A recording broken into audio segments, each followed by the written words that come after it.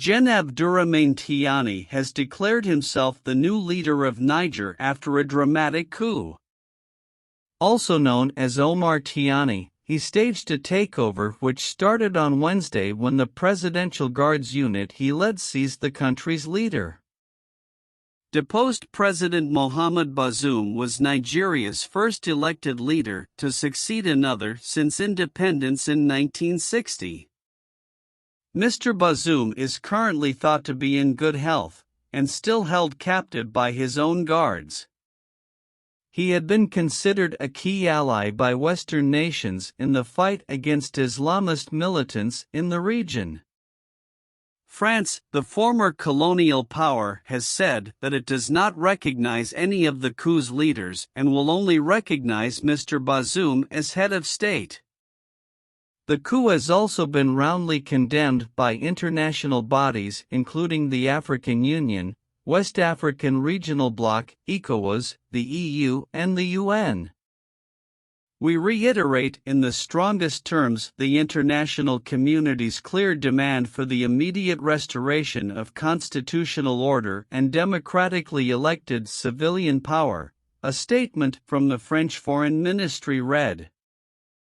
What happened in Niger is nothing other than the struggle of the people of Niger with their colonizers, Yevgeny Prigozhin was quoted as saying on a Wagner-affiliated Telegram channel.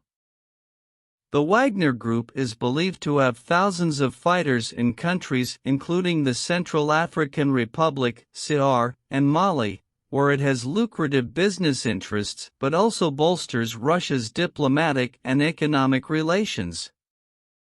Wagner fighters have been accused of widespread human rights abuses in several African countries.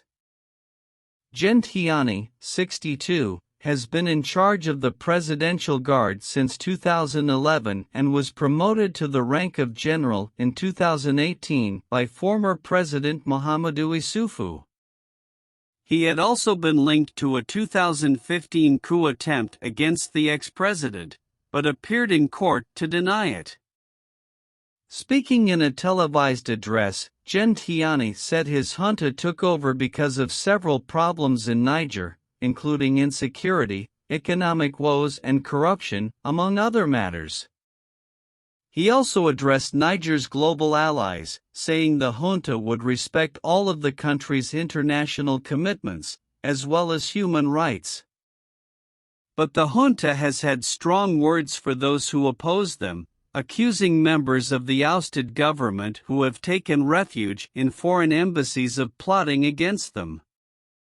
They said any such attempt would lead to bloodshed, which has so far been avoided. Life in the capital Niamey has largely returned to normal with markets and shops open, but civil servants have been told to go home. Meanwhile, Nigerians have mixed feelings about the coup, with some saying insecurity in the country wasn't severe enough to justify a coup. But others have supported the junta. Niger's coup is the latest in a wave of military takeovers that have hit the West African region in recent years, toppling governments in countries including Mali, Guinea, and Burkina Faso. There are now concerns in the West about which countries the new leader will align with. Niger's neighbors, Burkina Faso and Mali, have both pivoted towards Russia since their own coups.